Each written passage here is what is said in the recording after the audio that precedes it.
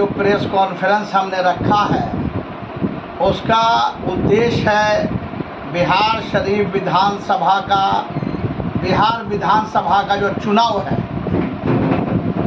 2025 6 तारीख को और 11 तारीख को जो चुनाव होने वाला है, तो आज हम आपके माध्यम से ये आह्वान करते हैं कि हम अभी किसी दल में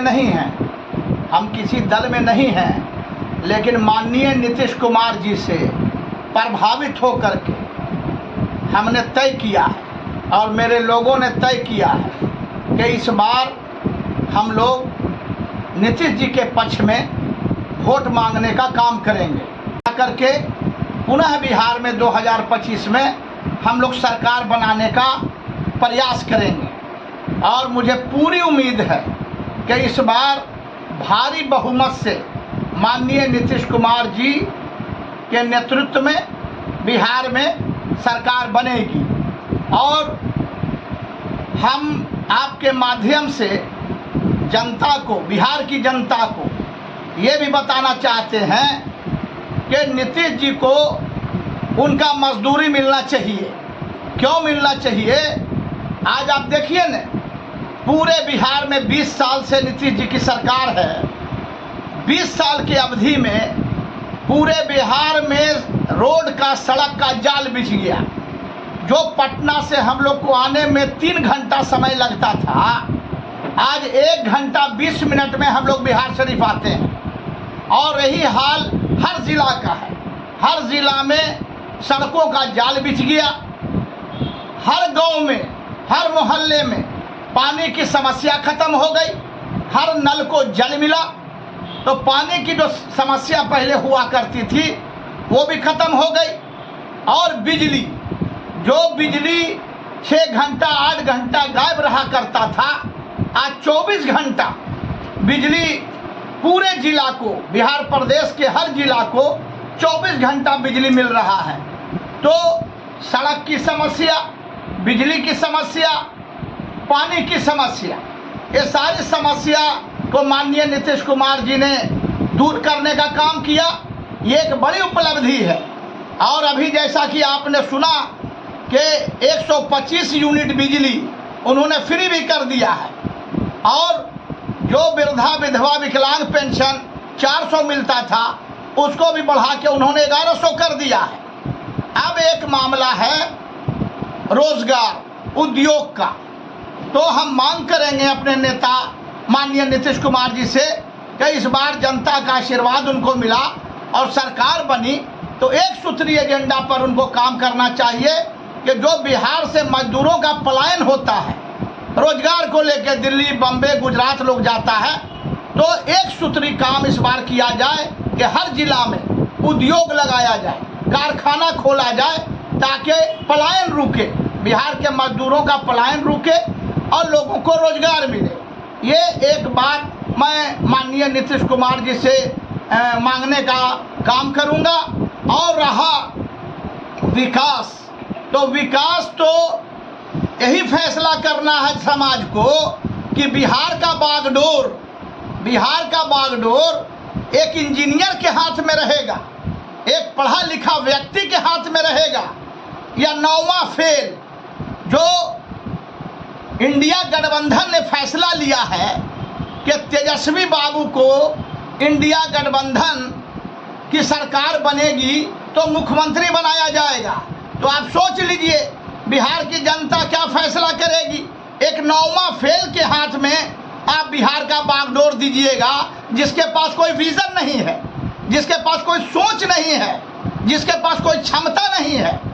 और जहां तक विकास को प्रमाणित करने की बात है तो आप खुद देखिए न कि जो मेरीन ड्राइव बना है पटना में, ये तेजस्वी यादव खुद जा करके अपने परिवार को लेके लौंडा नाच कर रहे थे मेरीन ड्राइव पर। तो खुद प्रमाणित कर रहे हैं कि विकास क्या किया है नीतीश जी ने। तो ये अभी बालक हैं और राजनीति का इनको कोई ज्ञान नहीं है। इसलिए बिहार की जनता कभी गलती नहीं करेगी कि एक 9वां फेल के हाथ में बिहार का बागडोर देने का काम करेगी। और सुनिए, एक बात और बताना चाहते हैं आपके माध्यम से कि हमेशा आप सुनते हैं मंच पर गर्दन हिला हिला करके तेजस्वी यादव का भाषण, पलटू चाचा माननीय नीतीश कुमार जी को संबोधित करते हैं, पलटू चाचा, पलटू चाचा। हम इनसे पूछना चाहते हैं कि जब जब नीतीश कुमार जी इनको न्योता देते हैं गठबंधन का, तो इन नंगे पैर दौड़ के क्यों चले जाते हैं माननीय नीतीश कुमार जी से हाथ मिलाने? तो इनका कौन नीति और सिद्धांत है, ये बतावे न। कि वो तो ठीक है, माननीय नीतीश कुमार जी पलटू चाचा हैं, आप क्या हैं? माने इनके साथ हाथ मिला लिया आके नीतीश जी तो डार्लिंग चाचा हो गए, प्यारे चाचा हो गए।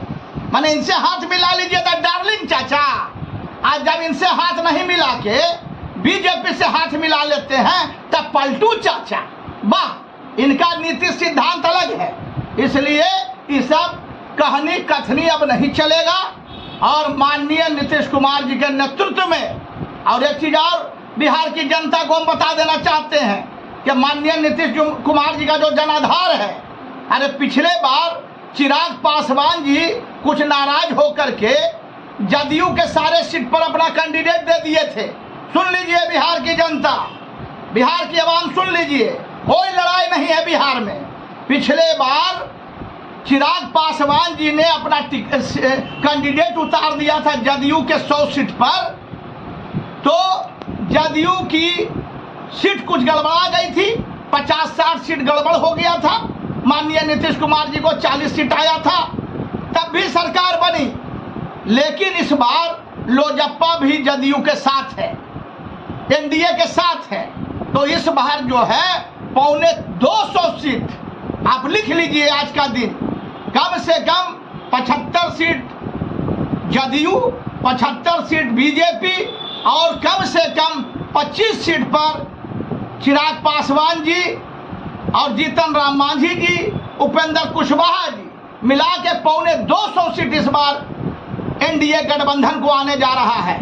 और बिहार के मुसलमान भाइयों से खास के हम अपील करेंगे कि ये जो मुसलमानों को ठगने का काम करता है इंडिया गठबंधन, बीजेपी को गब्बर सिंह बना के जो परोसता है कि नहीं हमको वोट दोगे तो बीजेपी आ जाएगा, कोई डर नहीं है मुसलमानों को।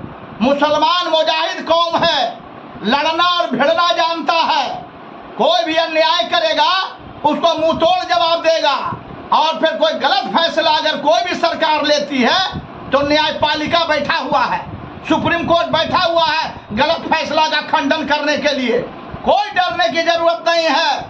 हमारे बिहार के मुसलमानों को यहाँ का मुखिया, एनडीए का मुखिया माननीय नीतीश कुमार जी हैं, ना कि ये बीजेपी है। इसलिए हम विश्वास और भरोसा करते हैं अपने नेता पर, और हम किसी दल में नहीं है। सुन लीजिए, हम 2007 में भी 2007 में भी हम माननीय नीतीश कुमार जी से प्रभावित होके उनके साथ जाना चाहते थे, लेकिन हमारे नेता माननीय लालू प्रसाद यादव जी के दबाव में, और चूंकि 1 बजे रात में वो चले आए थे हमसे मिलने बिहार शरीफ, और उन्होंने हमको रोक दिया था।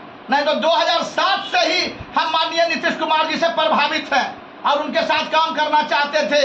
लेकिन 1 बजे रात में हमारे नेता माननीय लालू प्रसाद यादव जी हमारे घर चले आए बिहार शरीफ गढ़ पर, और हमको उन्होंने माननीय नीतीश कुमार जी का समर्थन करने से रोक दिया था। नहीं तो 2007 ही में हम माननीय नीतीश कुमार जी के साथ होते। लेकिन चलिए, देर है, देर आए दुरुस्त आए। हमको पता चल गया आज के डेट में कि ये जो मुसलमानों को ठगने की राजनीति हो रही है बिहार में। अब आप सोचिए ना, हम किसी जात के विरोधी नहीं है, यादव समाज भी हमारा भाई है, हमारा परिवार है। लेकिन आप सोचिए ना कि 14% वोट है यादव भाइयों का, 80 टिकट इंडिया गठबंधन ने 80 सीट पर लड़ाया।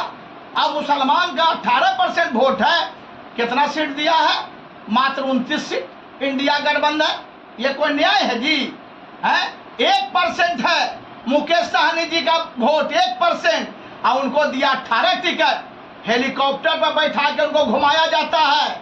और सुनिए, उप मुख्यमंत्री का ऐलान हो गया, इंडिया गठबंधन सरकार बनेगी तो मुकेश सहनी जी को उप मुख्यमंत्री, और मुसलमान ठन गोपाला, तो न राधा को सवामन होगा और न राधा नाचेगी, न सरकार बनेगी इंडिया गठबंधन की और न मुकेश सहनी उप मुख्यमंत्री होंगे। इसलिए बिहार के मुसलमानों से खास करके और हिंदू समाज से अपील है कि किसी भी हाल में बिहार में इंडिया गठबंधन को लौटने नहीं दिया जाए। कहाँ चुनाव प्रचार? मैं 29 तारीख से, चूंकि हिंदू समाज के भाइयों का महापर्व है छठ पूजा, उसकी भी बधाई आपके माध्यम से सारे हिंदू और मुसलमान भाइयों को छठ पूजा की हम बधाई देते हैं।